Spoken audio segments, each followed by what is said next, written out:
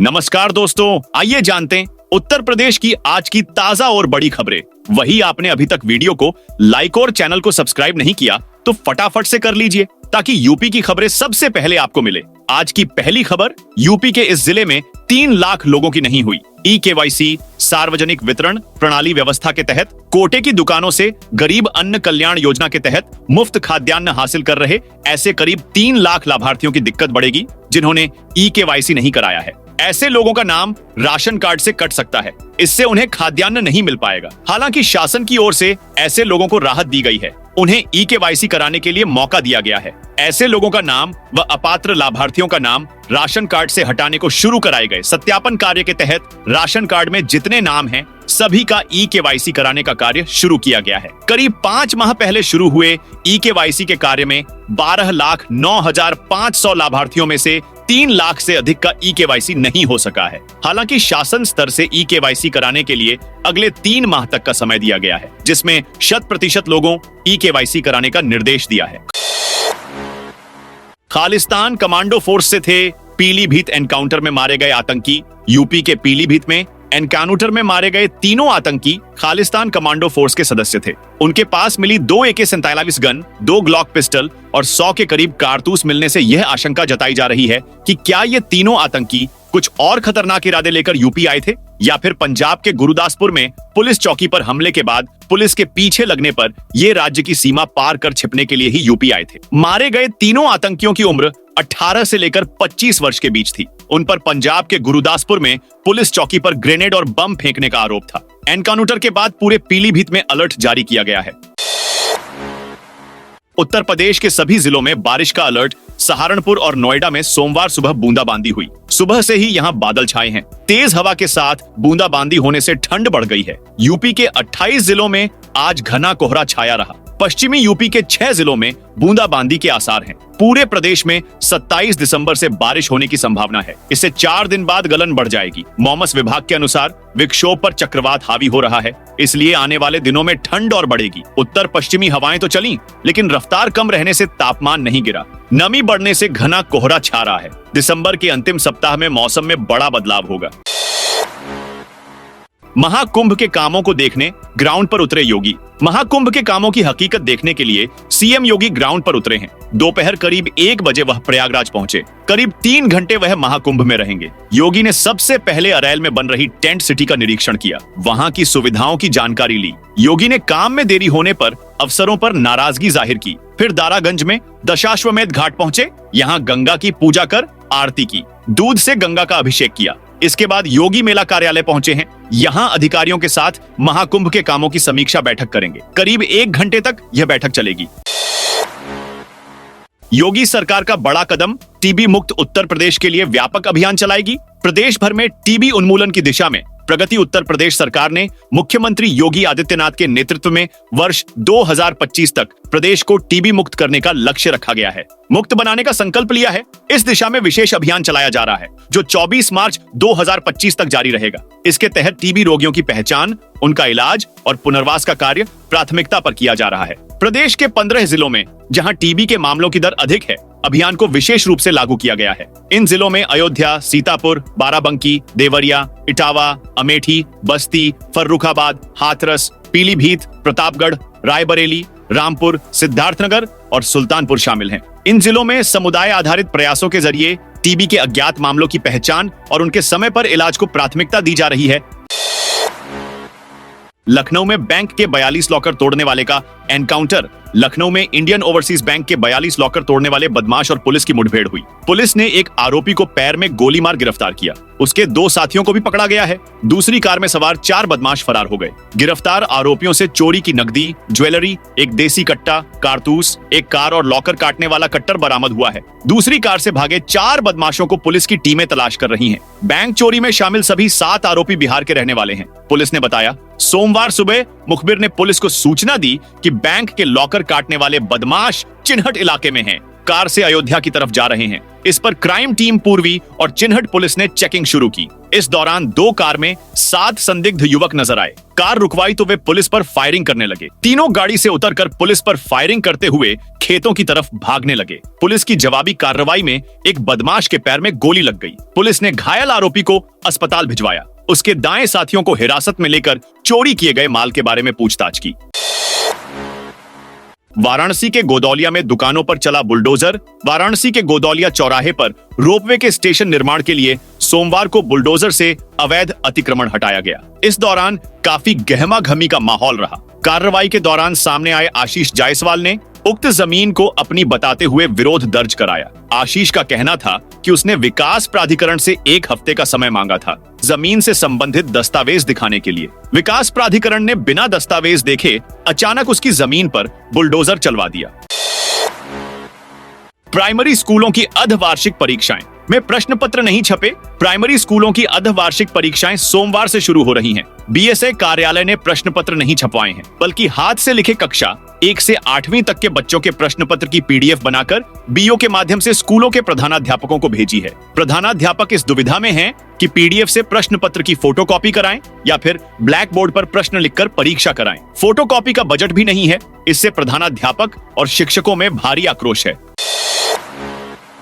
महाकुंभ पर डीजीपी बोले 7 लेयर में होगी सुरक्षा। सुरक्षा के लिए 200 करोड़ के उपकरण खरीदे। डीजीपी प्रशांत कुमार ने महाकुंभ 2025 की तैयारियों पर सोमवार को प्रेस कॉन्फ्रेंस की। उन्होंने कहा, हम महाकुंभ आयोजन को सफल बनाने के लिए पूरी तरह तैयार हैं। कहीं किसी भी तरह की असुविधा न हो, इसके लिए 7 लेयर में सुरक्षा व्यवस्था तैयार की है। महाकुंभ हमारे लिए अवसर है। करीब 200 करोड़ रुपए के सुरक्षा उपकरण खरीदे हैं। 45 दिनों में करीब 40 से 50 करोड़ लोग प्रयागराज आएंगे। 6 तिथियां महत्वपूर्ण हैं, जिनमें 3 शाही स्नान के दिन हैं। पहली तिथि पौष पूर्णिमा 13 जनवरी की है। दूसरी मकर संक्रांति 14 जनवरी को शाही स्नान। तीसरा मौनी अमावस्या का शाही स्नान 29 जनवरी को होगा। अंतिम शाही स्नान बसंत पंचमी के दिन 3 फरवरी को होगा। उसके बाद माघी पूर्णिमा 12 फरवरी और महाशिवरात्रि 26 फरवरी के साथ महाकुंभ का समापन होगा। मोबाइल टावर के पार्ट्स चुराकर चीन भेजने वाला गैंग पकड़ा। यूपी पुलिस की क्राइम ब्रांच ने गाजियाबाद में मोबाइल टावरों से महंगे उपकरण चोरी कर चीन भेजने वाले अंतर्राष्ट्रीय गिरोह का पर्दाफाश किया है। पुलिस ने गैंग के सरगना के भाई समेत 5 आरोपियों को गिरफ्तार किया है। पुलिस के मुताबिक सरगना हांगकांग में बैठा हुआ है। उसकी गिरफ्तारी के लिए रेड कॉर्नर नोटिस जारी कराया जाएगा। प्रभात पांडेय की मौत पर अजय राय से पूछताछ। कांग्रेस प्रदेश अध्यक्ष अजय राय सोमवार को हुसैनगंज कोतवाली पहुंचे। प्रभात पांडेय मामले में बयान दर्ज कराने के लिए पुलिस ने बुलाया था। अजय राय के साथ सांसद किशोरीलाल शर्मा, सांसद राकेश राठौर, कांग्रेस के पूर्व प्रदेश अध्यक्ष अजय कुमार लल्लू, निवर्तमान प्रदेश महासचिव प्रभारी संगठन अनिल यादव भी कोतवाली में मौजूद हैं। अनिल यादव के भी बयान दर्ज किए जाएंगे। लखनऊ में विदेश राज्य मंत्री ने 1300 युवाओं को दिया जॉब लेटर। लखनऊ में 1300 से अधिक युवाओं को परमानेंट नौकरी मिली है। इसके लिए सोमवार को सीआरपीएफ कैंपस में रोजगार मेला लगा। केंद्रीय विदेश राज्य मंत्री कीर्तिवर्धन सिंह पहुंचे। इस दौरान उन्होंने चयनित युवाओं को ऑफर लेटर दिए। मेले में पहुंचे अभ्यर्थियों को प्रधानमंत्री नरेंद्र मोदी ने वर्चुअल संबोधित किया। सीआरपीएफ के डीआईजी चितरंजन महापात्रा ने बताया कि केंद्रीय मंत्री ने मंच से 25 अभ्यर्थियों को नियुक्ति पत्र दिए हैं। रामलला की प्राण प्रतिष्ठा की पहली वर्षगांठ पर भव्य उत्सव की तैयारियां शुरू। श्री राम जन्मभूमि मंदिर में रामलला की प्राण प्रतिष्ठा की पहली वर्षगांठ को मनाने की तैयारियां शुरू हो गई हैं। प्रतिष्ठा द्वादशी के रूप में 11 जनवरी से शुरू होने वाले उत्सव के पहले दिन रामलला की प्राण प्रतिष्ठा के मुहूर्त मध्याह्न 12:20 पर उनकी महाआरती की जाएगी। इसके पूर्व विविध औषधयुक्त द्रव्यों से उनका अभिषेक कर विशेष श्रृंगार किया जाएगा। यह जानकारी रविवार को मीडिया कर्मियों से साझा करते हुए श्री राम जन्मभूमि तीर्थ क्षेत्र महासचिव चंपत राय ने बताया कि इसी क्रम में विभिन्न धार्मिक अनुष्ठान होंगे। कानपुर महापौर ने ईंट से मंदिर का ताला तुड़वाया। मुस्लिम क्षेत्रों में बंद पड़े मंदिरों को खुलवाने के लिए कानपुर महापौर प्रमिला पांडेय ने अभियान छेड़ रखा है। सोमवार को मुस्लिम क्षेत्र कर्नलगंज स्थित लुधौरा में स्थित मंदिर को खुलवाने पहुंची। इस दौरान भारी संख्या में पुलिस फोर्स मौजूद रहा। इसके पहले महापौर ने शनिवार को बेकनगंज में बंद पड़े 5 मंदिरों का निरीक्षण कर कब्जा मुक्त कराया था। लखनऊ छपरा वंदे भारत ट्रेन की बिजली गुल हो गई। लखनऊ छपरा वंदे भारत स्पेशल ट्रेन के यात्रियों को रविवार की शाम काफी फजीहत झेलनी पड़ी। इस वजह से ट्रेन जौनपुर में हरपालगंज स्टेशन से पहले केवटली में करीब 3 घंटे खड़ी रही। यहां से ट्रेन रविवार रात 8:30 पर रवाना हुई, फिर रास्ते भर बिजली ट्रिप करती रही। ट्रेन लखनऊ से छपरा जा रही थी। बुजुर्गों, महिलाओं और बच्चों को वॉशरूम जाने में समस्याएं आईं। लोगों ने कोच में मोबाइल और टार्च जलाकर रोशनी कर रखी थी। त्रिपुरा के राज्यपाल और सीएम को मिला महाकुंभ का निमंत्रण। उत्तर प्रदेश सरकार के प्राविधिक शिक्षा एवं उपभोक्ता मंत्री आशीष पटेल और व्यावसायिक शिक्षा, कौशल विकास एवं उद्यमशीलता राज्य मंत्री कपिल देव अग्रवाल आज त्रिपुरा पहुंचे, जहां उन्होंने त्रिपुरा के राज्यपाल इंद्रसेन रेड्डी नल्लू और मुख्यमंत्री माणिक साहा को भारतीय संस्कृति और आस्था के प्रतीक प्रयागराज महाकुंभ 2025 में पधारने का निमंत्रण दिया। चौधरी चरण सिंह की जयंती पर किसान सम्मान दिवस का आयोजन। यूपी के मुख्यमंत्री योगी आदित्यनाथ ने सोमवार को भारत रत्न चौधरी चरण सिंह की जयंती को किसान सम्मान दिवस के रूप में मनाते हुए कहा कि किसान गरीब होगा तो देश अमीर नहीं हो सकता है। भारत को समृद्ध बनाने के लिए अन्नदाता किसान को समृद्ध बनाना पड़ेगा। इसे ध्यान में रखकर प्रधानमंत्री मोदी के नेतृत्व में डबल इंजन की सरकार ने किसानों के उत्थान के लिए निरंतर कार्य किया है। किसानों के लिए 2014 से जो प्रयास प्रारंभ हुआ, दुनिया उसे मॉडल के रूप में ले रही है। मुख्यमंत्री ने विधानसभा स्थित चौधरी चरण सिंह की प्रतिमा पर माल्यार्पण किया। इसके बाद मुख्यमंत्री कृषक उपहार योजना के अंतर्गत 11 किसानों को ट्रैक्टर की चाबी दी और झंडी दिखाकर रवाना किया। लखनऊ कानपुर राजमार्ग पर चलने वाले वाहनों के लिए 2 एडवाइजरी जारी। लखनऊ कानपुर राजमार्ग पर चलने वाले वाहनों के लिए एडवाइजरी जारी की गई है, जिसके अनुसार 2 स्थानों पर निर्माण कार्य के कारण एक लेन से ही वाहनों को गुजर जाएगा। गंगा एक्सप्रेसवे और लखनऊ कानपुर राजमार्ग पर सड़क निर्माण के कारण यह स्थिति उत्पन्न हुई है। यातायात प्रभारी ने बताया कि वसीरतगंज के पास गंगा एक्सप्रेसवे फ्लाईओवर का निर्माण कार्य चल रहा है। इसी प्रकार लखनऊ से कानपुर आने वाली लेन पर थाना कोतवाली सदर अंतर्गत पड़ने वाले मार्ग पर निर्माण हो रहा है। निर्माण एजेंसी की मांग पर यह एडवाइजरी जारी की गई है। वाराणसी शहर में अवैध निर्माण कराने वालों की अब खैर नहीं है। वीडीए की ओर से सैटेलाइट की मदद से अवैध निर्माणों की निगरानी के लिए एक सॉफ्टवेयर बनाया गया है। इसके लिए वीडीए उपाध्यक्ष पुलकित गर्ग ने सैटेलाइट सर्वे की समीक्षा की। Babatpur road, ring road, Varanasi के मुख्य मार्ग पर अवैध निर्माण के संबंध में फर्म ने सैटेलाइट सर्वे की रिपोर्ट दी। इसमें 196 नव निर्माणों को चिन्हित करते हुए सॉफ्टवेयर पर दिखाया गया। इस पर वीडीए उपाध्यक्ष ने कहा कि सैटेलाइट के जरिए अवैध निर्माणों पर निगरानी रखते हुए संबंधित निर्माणकर्ता को चिन्हित करें। जो लोग अवैध तरीके से निर्माण करा रहे हैं, उन पर सख्त कार्रवाई करें। इस दौरान अवैध निर्माण वालों पर कार्रवाई भी की जाएगी। यूपी के गांवों को लेकर योगी सरकार का बड़ा फैसला। योगी सरकार उत्तर प्रदेश के ग्रामीण और घनी आबादी वाले क्षेत्रों में सड़कों की कनेक्टिविटी सुधारने के लिए प्रतिबद्ध है। प्रधानमंत्री ग्राम सड़क योजना के तहत राज्य सरकार अधिक बसावट वाले इलाकों को जोड़ने की दिशा में तेजी से कार्य कर रही है। मुख्यमंत्री योगी आदित्यनाथ का मानना है कि बेहतर सड़कें न केवल इन क्षेत्रों में बुनियादी सुविधाओं तक पहुंच को आसान बनाएंगी, बल्कि सामाजिक और आर्थिक विकास को भी गति देंगी।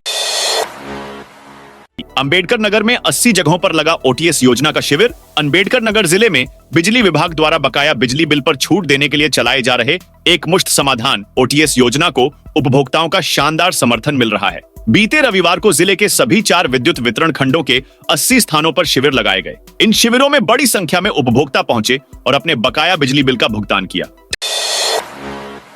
ठंड में हाई बीपी से ब्रेन हेमरेज का खतरा। डायबिटीज, बीपी जैसे गंभीर रोगों से जूझ रहे मरीजों की समस्याएं सर्दी में बढ़ सकती हैं। किडनी या यूरोलॉजी की समस्याओं से जुड़े मरीजों को बेहद अलर्ट रहने की जरूरत है। कार्डियक डिजीज या कोरोनरी आर्टरी डिजीज वाले मरीजों में ठंड के कारण ब्लड प्रेशर बढ़ जाता है। ऐसे में यदि पहले से डायबिटीज की समस्या है तो हालत और गंभीर हो जाती है। उन्हें ब्रेन हेमरेज या हार्ट अटैक का खतरा बढ़ जाता है।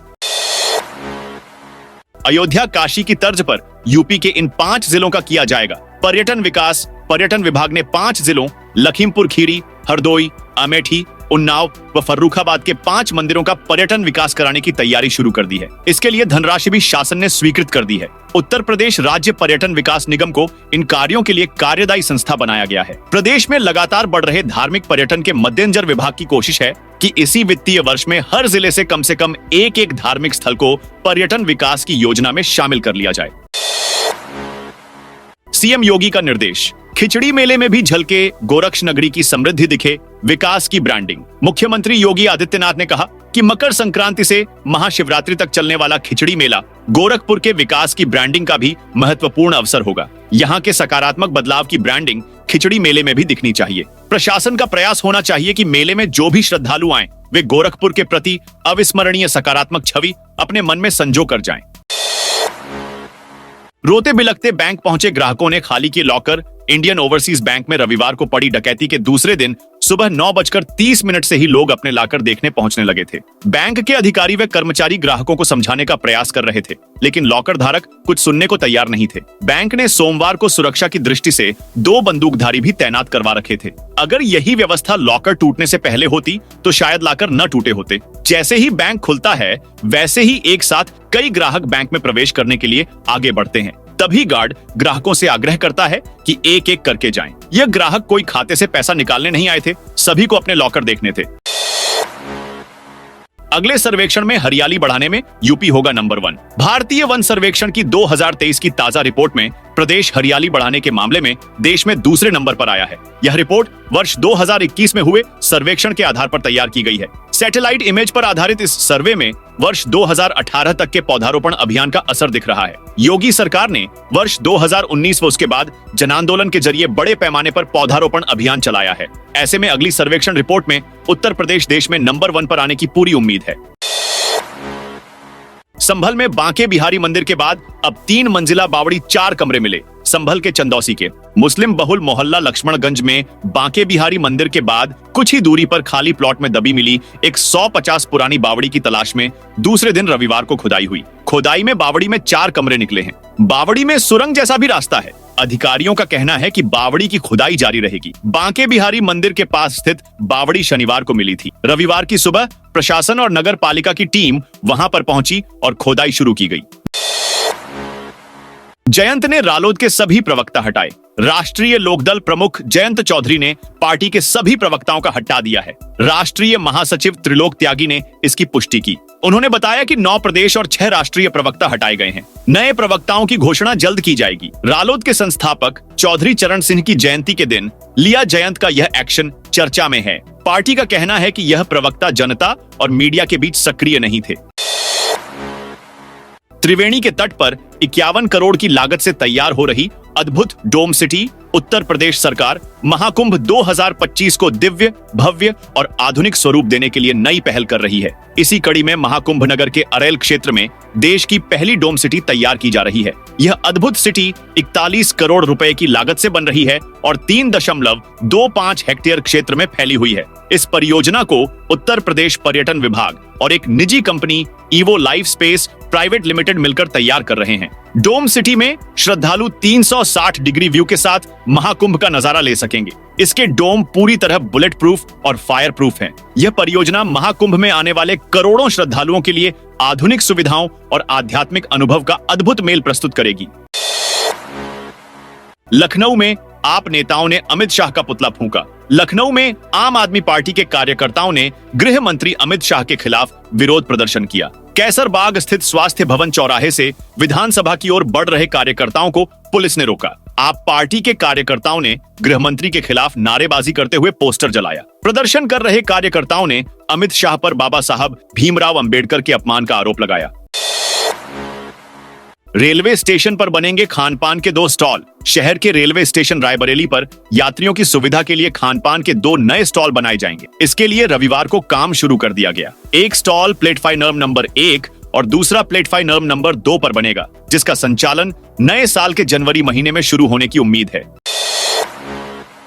परीक्षा में अंडरगारमेंट में मोबाइल छिपाकर ले गई छात्रा। आगरा में हुए असिस्टेंट मैनेजर ग्रेड ए की परीक्षा में एक महिला अभ्यर्थी ने पेपर लीक कर दिया। महिला अभ्यर्थी अपने अंडरगारमेंट्स में मोबाइल छिपाकर एग्जाम रूम में ले गई। इसके बाद उसने 2 बार क्वेश्चन पेपर की फोटो खींचकर अपनी फ्रेंड को भेज दिए। वहां से जवाब भी मिले, मगर कक्ष निरीक्षक ने अभ्यर्थी को पकड़ लिया। उसके खिलाफ थाना सिकंदरा में FIR दर्ज कराई गई है।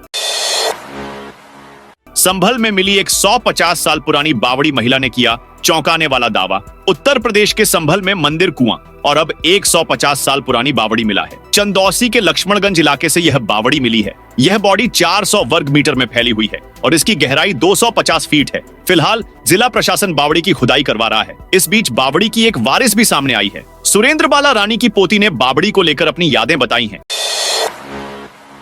नए साल से पहले पाकिस्तानी भाभी सीमा हैदर ने दी गुड न्यूज। सचिन मीणा और सीमा हैदर का नाम आज किसी परिचय का मोहताज नहीं है। शायद ही कोई ऐसा हो जो न जानता हो। पाकिस्तानी भाभी के नाम से मशहूर सीमा हैदर की प्रेगनेंसी को लेकर पहले भी कई खबरें सामने आईं, लेकिन इनकी कभी पुष्टि नहीं हो पाई। इस बार सीमा ने खुद 2 सबूत पेश करते हुए अपनी प्रेगनेंसी की पुष्टि की है। जी हां, सीमा हैदर 7 महीने की प्रेग्नेंट है और फरवरी में सचिन मीणा के बच्चे को जन्म देंगी। यूपी में 15 आईपीएस अफसरों का तबादला। शासन ने 9 जिलों के पुलिस अधीक्षकों सहित 15 आईपीएस अफसरों के तबादले किए हैं। डॉक्टर अजय पाल को जौनपुर से प्रयागराज का प्रभारी अतिरिक्त पुलिस आयुक्त के रूप में तैनात किया गया है। इसी प्रकार अंबेडकर नगर के पुलिस अधीक्षक डॉक्टर कौस्तुभ को जौनपुर का पुलिस अधीक्षक, लखनऊ के पुलिस आयुक्त केशव कुमार को अंबेडकर नगर का पुलिस अधीक्षक, कासगंज की पुलिस अधीक्षक अपर्णा रजत कौशिक को अमेठी का पुलिस अधीक्षक बनाया गया है। पीएम श्री स्कूलों के लिए छपेगी पत्रिका। पीएम श्री योजना के तहत चयनित विद्यालयों के छात्र छात्राओं के लिए त्रैमासिक पत्रिका प्रकाशित होगी। पहला अंक दिसंबर महीने में प्रकाशित होना है, जिसके लिए प्रक्रिया तेज कर दी गई है। इसमें पीएम श्री विद्यालयों में पढ़ने वाले छात्र छात्राओं से लेख और रचनाएं मांगी गई हैं। संपादक मंडल का गठन कराया जा रहा है। 2 लाख रुपए से अधिक बजट स्वीकृत किया गया है, जिसे पत्रिका छपवाने में खर्च किया जाएगा। लखनऊ के काकोरी में बाघ का आतंक। काकोरी के रहमान खेड़ा से 3 किलोमीटर दूर मीठे नगर में बाघ की फिर धमक दिखी। रविवार शाम को बाघ ने एक सांड का शिकार किया। करीब 3 से 4 किलो गोश्त खाने के बाद वह मृत सांड को छोड़ गया है। अब वन विभाग की टीम अवशेष पर सोमवार को भी नजर रखेगी, जिससे अगर बाघ दोबारा आएगा तो उसे घेरा जा सके। मीठे नगर वही इलाका है जहां 4 दिसंबर को भी बाघ आया था, लेकिन वन विभाग गांव वालों की बात को गलत ठहराने में लगा रहा। गांव वालों का कहना था कि बाघ ने 2-3 नील गायों को भी मारा था। साथियों, ये थी उत्तर प्रदेश की दिन भर की ताजा और बड़ी खबरें।